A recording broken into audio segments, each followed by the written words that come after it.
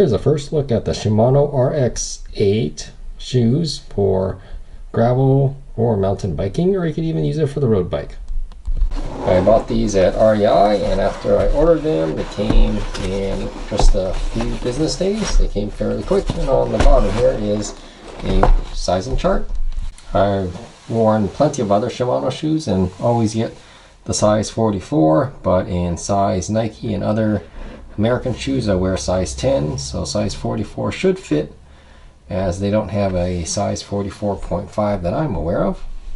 On the woman's end, this 44 goes to about size 11.5, or in terms of centimeters, it should be approximately 28 centimeters.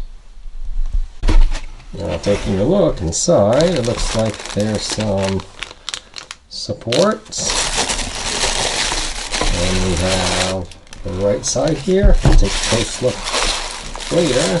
And the left side for the left foot.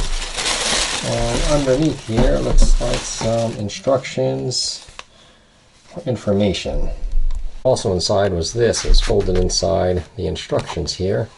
Information about the BOA system. So make sure it's pushed in and then turn it. It's clockwise on the right side, counterclockwise on, I believe, the left side. It's opposite of that, and then pull up for a quick release, or you could even turn it the opposite direction to loosen it. I can briefly go over the instructions here and pause it if you want to see anything. In the beginning here it says do not use them for any purpose other than cycling, but if you have to get off the bike, you're gonna have to walk a little bit, so it's not recommended that you even use these for walking. Also, another thing to note down here is that you cannot use them with the road pedal systems, the SPD SLs. You can only use them with mountain bike compatible cleats or flat pedal shoes, or flat pedals, the ones that don't require cleats at all. Here's some information regarding placing spacers. It says when placing the cleat towards the rear, you use a spacer and you point the spacer downward, and if you put the cleat towards the front, then you use a spacer pointing upward. However, some models do not even come with spacers, and I didn't see spacers included in the box. They might be already on the shoe. We'll take a look at that in a bit. The recommended torque for the bolts for the cleats are 5 to 6 Newton meters, and also after you put the cleats on, you can put a little sticker on there to prevent some wind from getting in. These shoes do not have the buckle and straps, so this part's not too relevant regarding the tension of the straps. Now let's take a look at these and see if there's any spacers, and it looks like there are no spacers here, so I'll go ahead and pull out these papers and see if there's spacers on the inside here. So I pulled out the insole, and it doesn't appear that there is any spacers on the inside here. And now we can go ahead and take a close look at the shoe. Already just lifting it up, it feels quite a bit lighter than the Shimano XC5s that I have, and I do like this design here. Also in the instructions it did say that if you do wash them or rinse them out, do not use a hair dryer or any hot source, because it could warp the shoes. Also in the back I'm noticing that there isn't an apparent, well, there might be little reflectives here from a distance, but it's not like a big noticeable reflective stripe on the back. Looking at the bottom here, the first thing I notice is that the positioning of the cleats, or this area right here, is actually inward. It's not all the way on the outside, so I'm not sure if not having the sole of the shoe here, the outsole, external part on the outside, is going to give you less stability, especially when mountain biking. I don't know if your foot would be a little loose, maybe not. I'd have to get back to you guys on that one after I use it for a while. Now it does say carbon stiffness 10. I guess their scale is from 1 to 10, but I'm not quite certain on that. And this moving up and down, it's a little more tricky. I'm gonna probably have to go and use a little tool to move it up and down to where I want it. This part seems to be a little soft, but not as smooth as here. Hopefully it still could provide some grip when you're using it for walking. And the rear looks similar to the heel portion looks similar to other shoes that I have. The ventilation on the shoe looks to be very nice. Quite a few vents all around, so should be suitable for hot weather. Looks pretty nice and cool, and if you wear thin socks to go with it, it should give you plenty of ventilation. Looking at the heel area here,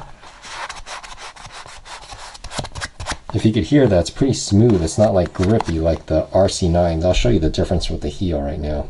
So it might already be apparent that here, these are the S-Fire RC9 shoes, and you see here, it's smooth going down, and it's kind of rough going up, so your heel doesn't slip, whereas the RX8s here are slippery both directions. So I think if you're walking and your shoe gets stuck in mud, your heel could lift out of the shoe a little bit, but that's just my initial impression and my initial guess. Also, the bottom of the RC9s has a lot more adjustment icons. It shows 10%, 0%, and has indications where to put the cleats, whereas the RX8 here just has an up and down. Apparently you shouldn't be moving the cleats too much left and right. Some reviewers had said the RX8 are quite narrow. These are the XC5s, and this is the MW81, which have been replaced by the, I think it's MW7. Anyway, the RX8s look to be a little more narrow than the XC5s here, as you can tell from the overview, and they are all 44 in size. Now I mentioned how the tread here is very narrow. On the XC5 it's quite wide, so it's quite stable. I've been mountain biking with these XC5s for over a year now, and I've been using these MW81s for over a year as well. You can see how wide the tread pattern is here, and on the XC5 versus MW8s, which is quite a bit more narrow. So we'll see how that works right here. Hopefully it wouldn't be, or provide, hopefully it'll provide enough stability.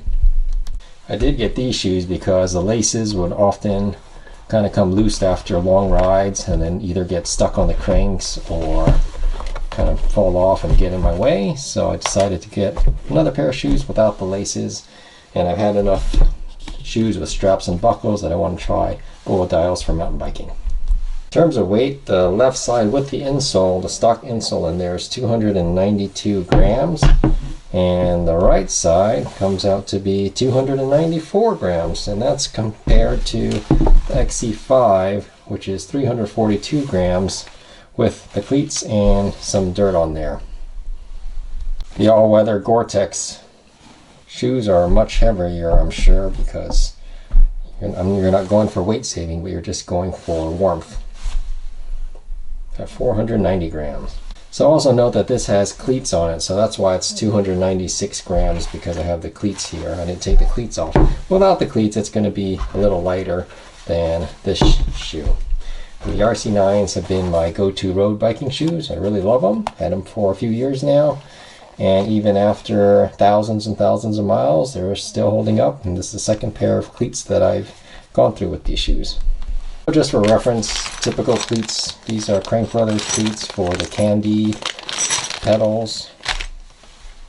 We'll add another about 44 grams per pair, so about another 22 grams. So if you add 22 grams to the 292, it's going to be heavier than the RC9s. And these are the RC9s I was just talking about. Alright, so both shoes come in at 587 grams plus the 44 grams. 631 grams for the pair with cleats, or without cleats 588 grams for size 44. Okay, so let's take a look at the Boa Dials on the RX8 shoes, and it says push in to engage, turn to tighten. It looks like you go clockwise to tighten and counterclockwise to loosen, and then pull up for quick release to go ahead and take it off quick. However, I don't think this is the case, and I will show you why. First, let's look at the right side. The right side is exactly how the instructions say, righty tighty, lefty loosey. So push it down, looks like it's pushed in. And as I turn this, you can see that it's tightening. And then if I turn the other way, left, it loosens it. Or let's tighten it down a little bit and you can pull up. You hear the click when I pull up? Now it loosens it. You can put your foot in now, push down the tighten, and tighten it down after you put your foot in. Let's look at the other side. Now the other side, you would think righty-tighty, right? Correct? But look, if I pull here and turn right, it gets looser. And so the opposite is true for this side. I have to turn left, the opposite direction, to tighten it. However, you could still pull up to do a quick release. Push down to tighten, to lock it, and rotate forward. Now this makes sense because even though they're opposites, as you ride, you're going to go forward to go on, back to go off. So forward this way to tighten, and then to loosen, you back it off. So that's why they're opposite, and it makes sense now that I've been using the BOA dials for my RC9s for years now. It does make a lot of sense. Let's take a look at the retention on the front of the foot, or the foremost. It looks like it just loosens it a little bit from here, and here it doesn't get that much wider. And when I go like this, I guess it tightens down just a little bit, not a whole bunch. So on my other shoes, I don't make my front too tight, or I just even leave it in place when I put my shoes on and off. Well, I gotta go try these on now to see how they feel, and I'm gonna see what other reviewers had said that these are too narrow for them. I guess I'll wear these, compare them to the RC9s, the XC5s, and maybe my other shoes to see if they are quite a bit more narrow, and try to get back to you on that. Okay, let's see if I can put these on. And yes, they do feel a little more tight initially. I hold this, tighten this down. And I think they're all quite new now, so they feel real snug. And then I could look, let me see, let me stand up here, and let's see. I guess they're not too bad. Right now I thought it was biting into my ankle from the front a little bit, and it is a little more hard than these RC9s here. And I'm trying to see the back and forth here, the left and right, how stable it is. And it seems to be okay. It doesn't seem to be too unstable initially. Okay, so if I bend all the way forward like I'm walking up a steep hill, and right here this part kind of bites into my ankle a little bit, so just be careful, I guess. Maybe it needs to get broken in a little bit, and maybe it's got to be maybe just loosened a little bit, but I could feel pressure, quite a bit of pressure right here where this line is, if I lean forward like this, or if I'm going to be walking up the hills. The XC5s here on my right foot, or on the left side of the screen, has this little tongue here, so when I'm walking up the hills it doesn't bite into my ankles. Here there's no tongue, so this part right here is a little more hard than this flexible tongue that could bend backwards. Also, the RC9s here, as you can see, there's probably a little more space there, whereas here it's a lot more, comes up a little closer, kind of bulges out towards your ankle. So when you move forward, it does put some pressure on your ankle here. And this one also, the material for the RC9s are a little softer. Now I think because these are brand new, I just have to break them in a little bit.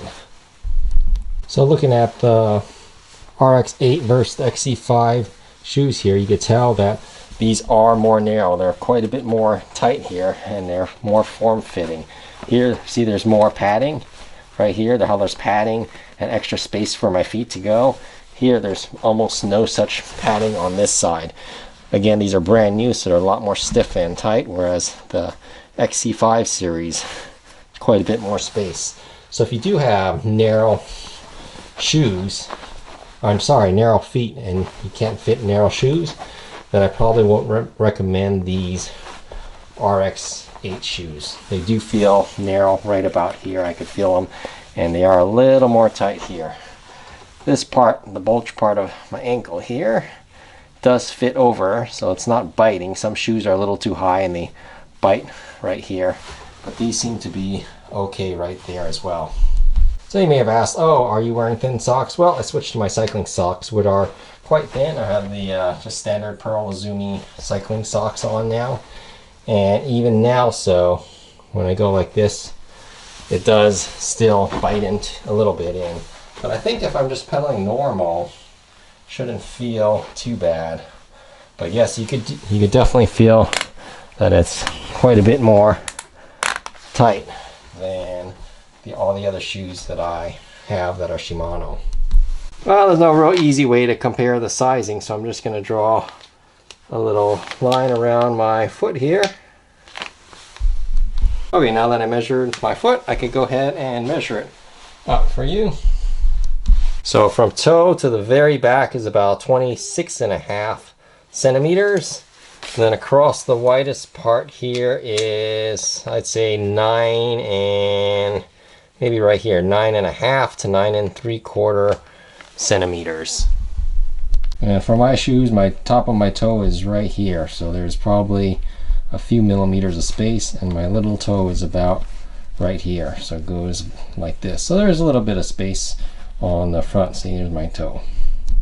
So here's the measurement of my foot with a sock on, 9.5 centimeters wide. And if your foot is wider than that, when you plant it flat and your foot spreads out just a little bit, then this shoe might be a little too narrow for you.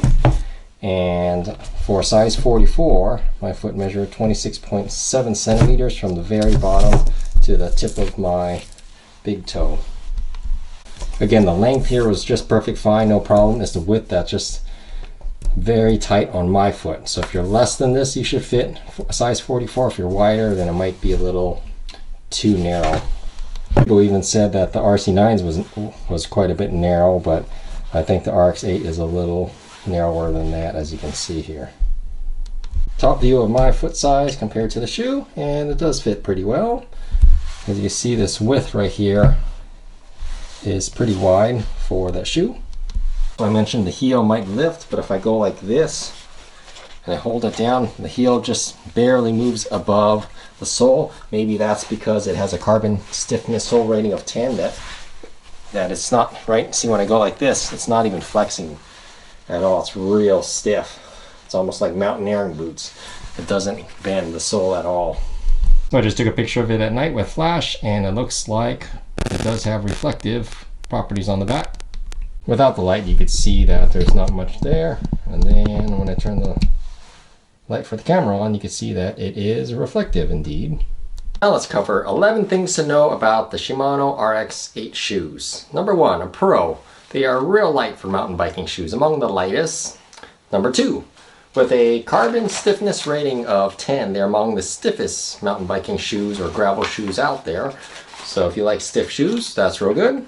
Number 3, they have BOA dials and no laces, so you don't have to worry about laces getting undone during a race or a ride, stopping and having to redo your shoelaces. Number 4, there's plenty of ventilation with holes around the shoe, so it should be quite cool in the hot summer months. Number 5, also a pro, is there was additional arch support inside the box, and you could go ahead and replace it. So if you want more arch support, you could go ahead and swap it out for the red pads and take these out.